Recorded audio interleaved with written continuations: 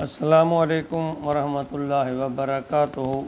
سامعین عزیز وقار، میں غلام مصطفیٰ اللہ اور اللہ کے رسول کا پیغام آپ تک پہنچانے کی کوشش کرتا ہوں۔ آج کا ہمارا سبق سورہ ہود آیت نمبر 28 پر مشتمل ہے۔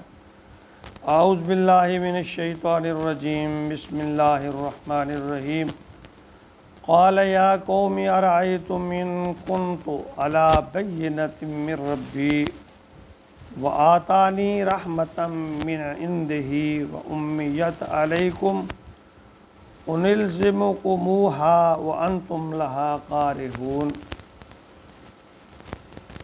پچھلی آیت میں فرمایا کہ نوح کی قوم کے لوگ اور سردار بڑے سرکش تھے اور انہوں نے بڑے متکبرانہ لہجے میں آپ کی تردید کر دی، انکار کر دیا۔ کہنے لگے اے نوح، تیرے میں ایسی کون سی خاص بات ہے جو ہم تمہیں اپنا رہبر یا اللہ کا پیغمبر مان لیں یا تیری پیروی کرنا شروع کر دیں؟ چند کم درجے کے لوگ ہیں جو تیرے گرد جمع ہوئے ہیں، کوئی معزز یا معقول آدمی تیرے ساتھ نہیں ہے جو تیری تعلیمات کی تائید کرے۔ تو ایسی باتیں ہر پیغمبر کو شروع میں سننے کو ملی، اور اس آیت میں حضرت نوح علیہ السلام بڑے تحمل سے قوم کو جواب دے رہے ہیں۔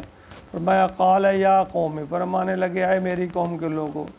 ارأیتم ان کنت، ذرا غور تو کرو، دیکھو تو صحیح اس بات پر، علی بینۃ من ربی، کہ اگر میں اپنے رب کی طرف سے بینہ یعنی پکی نشانی پر، صاف ستھری نشانی پر، کلیئر نشانی پر ہوں، کلیئر حق پر ہوں، سچ پر ہوں، اور پھر میرا نوح علیہ السلام نے فرمایا کہ میں تمہارے اندر شروع سے رہا ہوں، میرا کردار، میری گفتار، میرا رویہ تم سب یہ جانتے ہو کہ میں جھوٹا نہیں ہوں۔ وآتانی رحمۃ من عنده، اور اگر اس نے مجھے اپنے پاس سے خاص رحمت عطا کر دی ہو، دے دی ہو، امیت علیکم، جس کو تمہاری نظریں دیکھ نہیں سکتی، تمہاری نظروں سے پوشیدہ ہے۔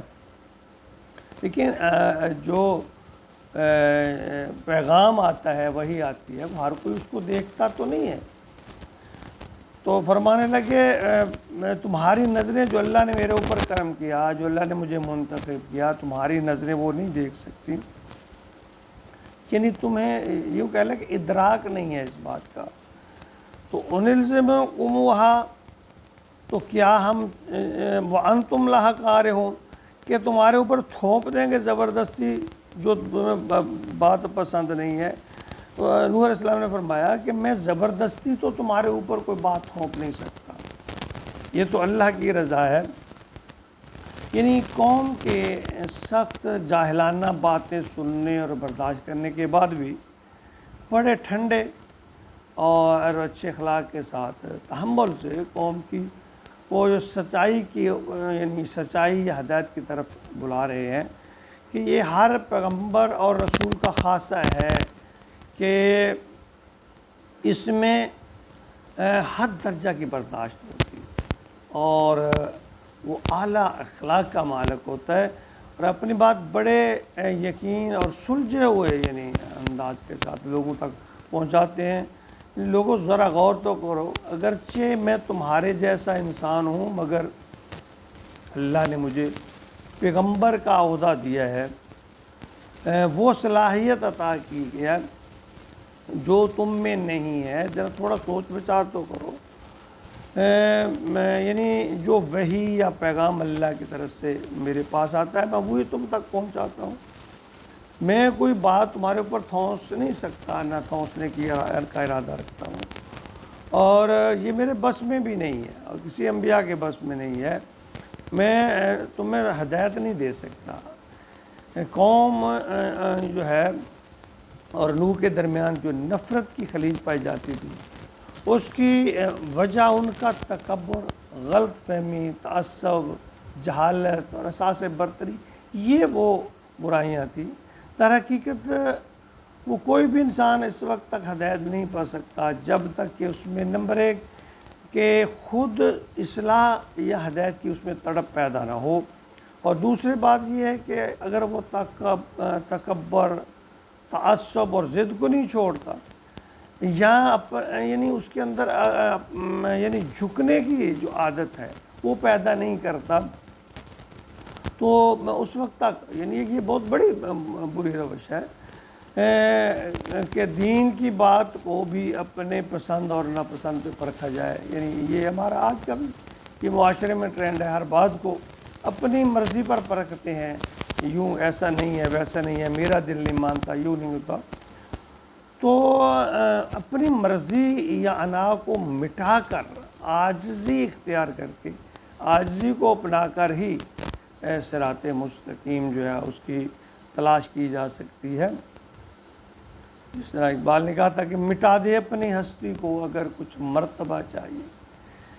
کہ دانہ خاک میں مل کر ہی گل و گلزار ہوتا ہے۔ یعنی اگر تم اپنی اصلاح چاہتے ہو تو پھر اپنی مرضی، اپنی انا اس کو چھوڑ دو، تعصب کو چھوڑ دو، پہلے اپنے اندر تڑپ پیدا کرو، اصلاح کی خواہش پیدا کرو کہ میں نے اپنی اصلاح کرنی ہے، اور پھر عاجزی اختیار کرو، مقابلہ بازی نہ کرو، بات کو سن کر سمجھنے کی کوشش کرو۔ یعنی اس کے خلاف یہ نہیں ہے کہ بس اس کے خلاف میں نے دلیلیں دینی ہیں، یعنی ایک ذہن بنایا ہوا ہوتا ہے ہم نے کہ ہم بات کو سمجھنے کے لیے نہیں سنتے، ہم اس کو جواب دینے کے لیے بات کو سنتے ہیں کہ کہاں اس کا ون کمزور ہے، کہاں میں نے اس کو چوٹ لگانی ہے، اور کس طرح اس کا انکار کرنا ہے۔ جب یہ بات ہو جائے پھر اصلاح نہیں ہوتی۔ اصلاح تب ہوتی ہے جب انسان خود اپنے آپ کو محتاج سمجھے اور اپنے اندر یہ تڑپ پیدا کرے کہ میں نے صراط مستقیم کو تلاش کرنا ہے، اور پھر اللہ سے دعا کرے اور کوشش کرے، تو پھر اللہ تعالیٰ اس کے لیے ہدایت کے رستے کھولتے ہیں۔ جب تک انسان کے دل میں تکبر ہے، غرور ہے، انا ہے، احساس برتری ہے، اس وقت تک انسان کو دین کی بات سمجھ نہیں آتی۔ اللہ تعالیٰ ہمارے دلوں کو ان سب باتوں سے یعنی جو اخلاق رذیلہ کہنے ہیں، ان سب سے اللہ تعالیٰ ہمارے دل کو پاک کر دے، اخلاص ہمارے دلوں میں بھر دے، عاجزی بھر دے، تقوی بھر دے، اور جب یہ چیزیں انسان کے دل میں آ جائے گی تو اللہ ان اصلاح کی طرف، صراط مستقیم کی طرف انسان کی رہنمائی کریں گے۔ اللہ تعالیٰ ہمیں عمل کی توفیق عطا فرمائے، آمین۔